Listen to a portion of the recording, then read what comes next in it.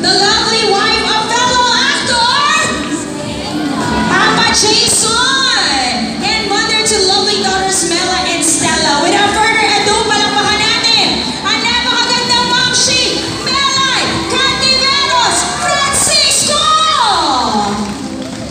Yes, yes, yes, yes! Hello! Magandang hapon sa inyong lahat, SM Lucina. Ang hirap naman kasi, parang makusina na.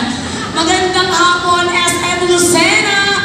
Thank you so much sa pagsama niyo sa akin. Pero bago tayo mag-proceed sa ating talk ngayong hapon, kakantahan ko muna kayo. Gusto niyo bang kantahan ko kayo? Wala kayong magagawa. Kakantahan ko talaga kayo kahit ayaw ninyo. Music Maestro!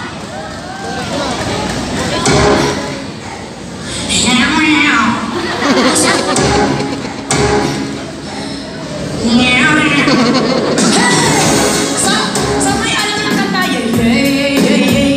Pwede niyo ako sabayan. Tatay, I think alam niyo ang kanta. I think I did it again.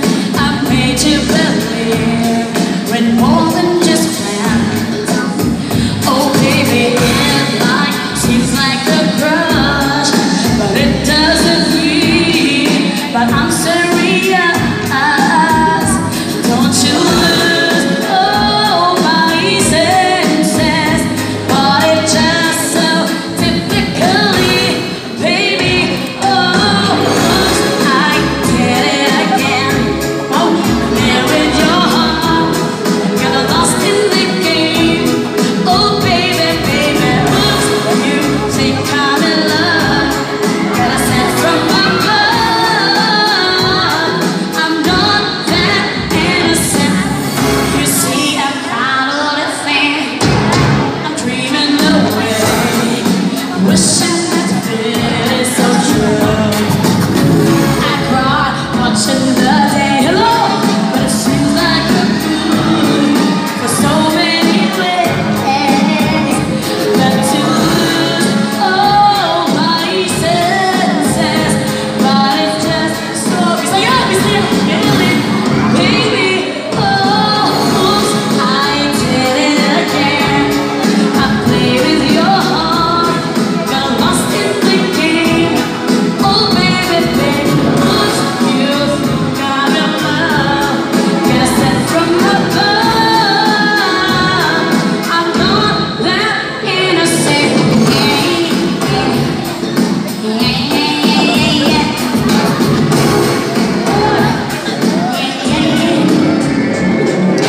Oh, it's so deep. Hello! Libutin natin ito lahat para makita. Hello! Libutin natin ito lahat para talagang maraming salamat sa inyong pagsuporta ha. Sobra talagang na-appreciate ko talaga inyong pagpunta dito sa SM Lucena. Hey!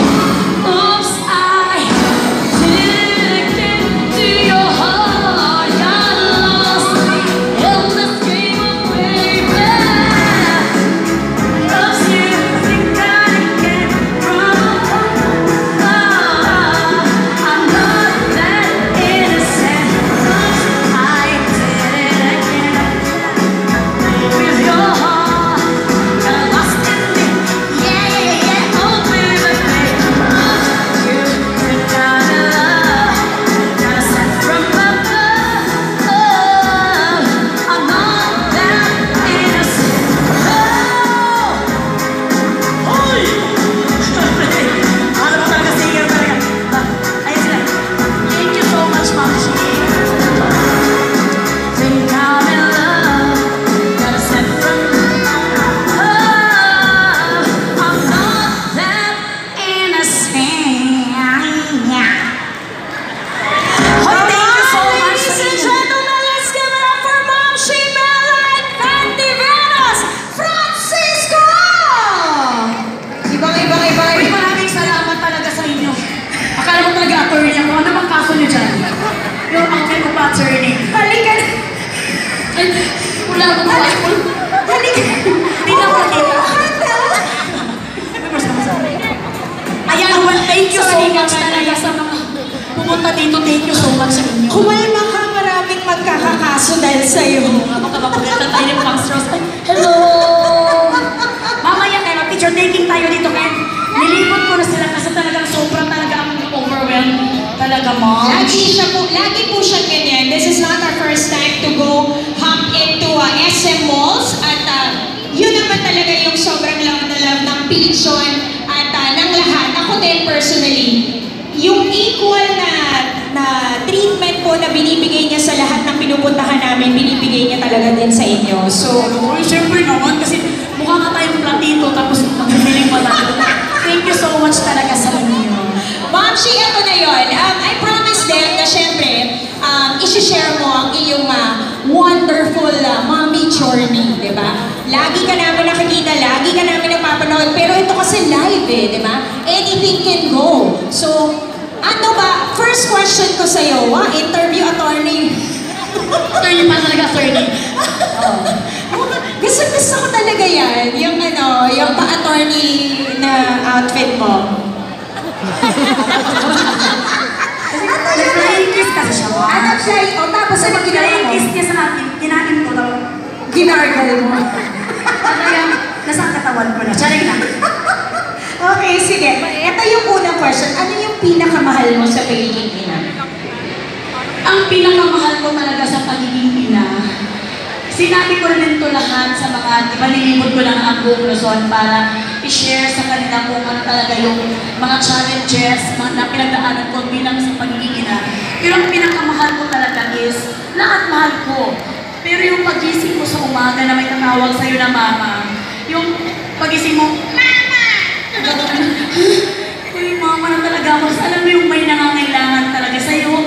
Yung kahit puyat ka, gigising ka, matitimpla ka ng yan dahil may tatawag na, mama! Minsan nakakainis, pero ang sarap sa feeling. I'm sure kayong mga nanay na nandito ngayon, ang sarap na may tumatawag sa inyo, pag nangangailangan, pag masakit yung mama! Ganun lang sila. So, yun ang pinaka-best feeling ko sa pagiging ina. Sobra, okay. Eto naman, syempre kanina nabanggit yung pagiging, may mama, di ba? Kung may mama, may papa. Gaano ka hands-on si Papa Jason sa inyong mga anak? Kasi ako, I always watch your videos, wala akong yayang makita, uy, baka nakatago, pero promise, Kami talaga, gaano kayo ka hands-on? very hands-on si Papang Strolls. Kung ang mga anak ko tinatawag Sino? Papang Strolls. Papang Strolls. Charlie, hindi ka, doon sa bahay, ang tumatawag sa akin, Mama! Ako naman, ang tawag ko kay Jason, Papa! Charlie, pag every time na kailangan ko ng tulong sa mga anak ko, laging nandyan, laging available talaga kasama ko. Very hands-on talaga siya. Uy, bihira sa lalaki yun, di ba? Bihira sa daddy yun. Bihira talaga. Minsan nga, di ba, sa pag mga asawa natin, kasi yung mama ko hindi yung papa ko nga hindi masyadong alaga din sa amin eh. Kumbaga, Yes. work lang siya ng work. Si Jason talaga, galing sa taping, pag-uwi, bantay agad sa anak. Lagi siyang gano'n yung, hindi mo na kailangan siya na mag-update sa'yo kung kamusta ang mga anak mo. Hindi ka na magtanong, hi, kamusta ang mga bata? Siya talaga mag-update. Nagsisend na sa video. Ga, dito kami ngayon, okay lang ang mga bata. Ga, okay ka lang ba? Mamaya, kita-kits tayo. Diyan lang yun. Ga, alam mo yung panatag ako mag-work kasi alam kong kapartner ko talaga ang husband ko sa pagpapalaki ng mga anak ko. Correct. Ayun. At saka talagang wala akong worries sa work. Kasi alam ko nandyan lagi si Papang Strolls. Considering that you have a hands-on husband, meron kang magandang work, syempre, agad-agad yan, di ba? Ano yung mga challenges na-encounter mo before, especially after giving birth? Okay ako sa tanong mo, hindi ko lang gusto yung considering. Charing lang. English kasi, charing lang. Hindi, that considering, di talagang, after ko talaga nanganak sa dalawa kong anak, pagkatapos ng anak, 1 month lang, back to work agad ako. Kaya napaka-sexy mo, Day. Nakasexy parang pangmukha naman. Charing lang. So, back to work talaga agad ako. So, pag back to work ko, hindi naman agad-agad yung, di ba masesipangs ka sa anak mo, magdedede pa sa'yo. Kasi breast milk is Breastfeeding. breast milk is best for babies. So talagang ibibigay mo ang best para sa kanya. Ngayon, kung back to work ka, 24 hours ka mag-work, 8 hours, 9 hours. So, dun ang struggle ko yung breastfeeding talaga. Paano ko mababalance? Paano paano ko mabibigay sa anak ko habang nag-work ako. Correct. Pero, sobra akong happy talaga dahil nung kay Mela pala, inaalam ko na lahat ng mga brands na makakatulong sa akin. Yes. At ang nakatulong talaga sa akin ay ang teacher. Kaya ako nandito ngayon para i-share sa inyo na nung kay Mela pala, alam ko talaga na mahihirapan ako. Pero dahil sa teacher, hindi na ako nahirapan. Diretso na pump lang ng pump. Para ilagay sa kuhan, pag-uwi sa bahay, may milk na ang mga anak ko. Kasi minsan magdadalawang isip ka mag-work eh. Minsan kasama din yan sa mga anxiety mo. Yes. Kasama din yan sa postpartum kasi hindi mo mabibigay yung best sa anak mo habang nag-work ka. Ma'am, ito yun eh. Like ako before, na-stress ako, and sabi ng doctor, masama yun for breastfeeding moms. So, anong mabibigay mong advice sa kanila para hindi sila magaya sa akin na nag-stop ang milk ko? Huwag kayong ma-stress. Tignan mo, na-stress din yung pawis ko. Bakit pa kasi ako nakabatrap? Hindi, huwag kayong ma-stress. Nakaano ka? Nakabatrap. Kakagaling ko lang sa shower eh. Charing na. Ang pinaka-number one ba naman na, ang pinaka-number one na nakakamatay talaga is stress. Kaya talaga, kapag na-stress ang momshi, nag-i-stop yung milk ng mga momshi. Yes, totoo So, yan. ganito lang ang isipin nyo. Bakit kayo may stress? Marami namang, ang problema ay laging may solusyon. Huwag nyo nang dibdibin, huwag na kayo magpaka-stress kasi yung milk, para yun sa mga anak ninyo. Kung magpapaka-stress pa kayo, dagdag pa ng problema, hindi pa makakaproduce ng milk, di ba? So, sa ating mga momshi na nandito ngayon, mga bagong momshi, iwasan ang postpartum, iwasan ang stress. Talagang go lang kasi ang buhay lagi talagang may kaakibat na mga pagsubok. Kagaya nito, may kaakibat na mga pamumunas. So, di ba, ikaw... No, seriously, kasi ako before, parang I wasn't guided eh. I wasn't guided. Pero yung second pregnancy ko, yun na. Pero yung first pregnancy, unlike you, nahanap ko agad si Pichon as a great partner, di ba? We are talking about the breast pump. Iba-iba po yan ha, iba-ibang klase. Kasi minsan talaga, ang hahanapin mo yung hiyang ka, di ba? Oo. Wag, kasi hindi mo na kailangan pang ma-stress yung alam natin mga momshi tayo, ibibigay natin ang best natin sa mga anak natin. Marami namang makakatulong para mas maibigay pa natin ang best natin sa mga anak natin. Lalo na kung kayo ay single mom, walang ibang magtatrabaho kundi kayo lang din. So, pwede kayong bumalik, katulong ng Pigeon, gumamit lang kayo ng breast pump para maibigay pa rin yung breast milk sa inyong mga anak. Ang kagandahan kasi ng breast pump ng Pigeon is yung stimulation niya, para kang minamassage. Hindi, excuse me lang sa mga momshi dito, totoo yan. Para ka lang minamassage yung breast niyo, talaga para maglabas pa siya ng maraming milk. So, hindi siya stressful na sasak agad, no? Hindi siya masakit. Kasi kapag masakit, it will lead to cancerous mo or hindi natin alam. Kasi alam naman to, di ba? So, hindi lalabas yung milk. Hindi lalabas namin, may stress ka pa daw, sasakit pa yung boobs mo. Correct. So, ang perfect talaga para sa akin ang Pigeon. And I'm sure, kung may experience nyo ito, swak ito para sa inyo. Correct. So, yun. At bukod sa breast pump, ano-ano pa yung mga favorite mo na produkto ng Pigeon? Bukod sa breast pump, gusto ko talagang i-share kasi sa inyo. Kasi pag tayo mga momshi, di ba? Tayo mga nanay na tayo, always best ang ibibigay natin sa mga anak natin. Nung tayo lang, nung dalaga pa tayo, okay na ako sa Divisoria. Okay na ako dyan sa mga kuan dyan, mga discount. Di ba, gano'n naman talaga tayo pag sa sarili natin. Pero pag sa anak natin, dapat hindi tayo mag-settle for less. Always ibigay natin Want the best. Want the best para sa mga anak talaga natin. Gusto nyo ba yung mga wipes na mga kanang nakakasira ng skin? Kasi ang mga baby, sensitive ang mga skin nila. So ako talaga, the best ang Pigeon. Kahit sinong artista ang tanungin mo, Pigeon na wipes is the best. Kasi marami siyang iba't ibang klaseng Pigeon. Hindi ka nakahanap pa ng iba. Meron siyang 99% pure water. Para kung mahulog ang prutas ba or kakainin ng apple ng anak mo, nasa labas kayo, punasan mo lang ng wipes. Hindi ka mag-worry sa mga chemical kasi dumaan talaga sa mapusising study. So ito, punasan mo lang ng wipes, pwede na kainin ng anak mo.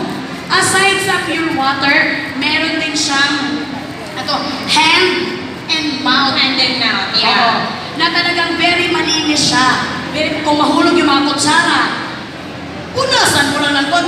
Kahit hindi naman kakabahan pa tayo, ay naku, uuwi pa tayo sa bahay, kaya magpakulong pa tayo ng tubig para safety ang bata. Sa wipes na lang nila, punasan mo lang. Kakain ka na agad. At hindi lang yan, meron pa silang wipes na para sa Lamok. lamok. Yan. Yung mga favorite natin yung dalawa. Yan ang pinaka-favorite kasi yung lamok na kasi yung wipes na yon para sa lahat, hindi lang para sa mga baby. Kasi pag pupunta tayo sa mga park, di ba, uy, naku, huwag na tayo pumunta kay uso ang mga ninggi ngayon, di ba, ganun tayo. Ang kanilang wipes na yon, ipapahid mo lang sa skin ng mga anak mo. In fairness, hindi talaga lumalapit ang mga lamok. Anti-mosquito yung sinasabi niya. Anti-mosquito na wet wipes ng pigeon. Nandyan sa likod, tingnan nyo. Yan. Hindi yan naka-paint yung sorry na. Nandyan ang mga wipes na iba't ibang klase ng wipes na kung saan, alam mo, panatag tayong mga mamshi kung saan man tayo pupunta. Kasi alam mo, safe ang mga anak mo sa church at sa Lamok. lamok. Pati tayo, di ba? Kasi we go Pati out tayo. of town, di ba? Oo. We have to take care of ourselves. Correct. Paano natin maalagaan ang mga anak natin kung tayo mismo magkakasakit? And aside from that, meron din silang toothpaste. Toothpaste is the best din ito para sa mga... Ay! Ano? Ayan na. Ma'am, ginulo niyo na po. Bibili po na ba kayo? Baka nasira, ilagay na ko sa bulsa. Ay! Tiyan na. May wipes din sila na good din sa mga kids ng baby. Lalo na yung mga infant pa lang. Lalo na yung mga kakalabas na mga ngipin. Alam mo, wala siyang chemical. Yung kalalabas lang sa tiyan, kanina meron tayong kabuanan. Pinauwi ko naman, hindi ko alam kung umuwi Ano na pinauwi? eh. Hindi kasi, baka mamanak na eh. Wala ba yung mananabang dito? So meron din silang baby laundry detergent para sa mga damit ng mga bata.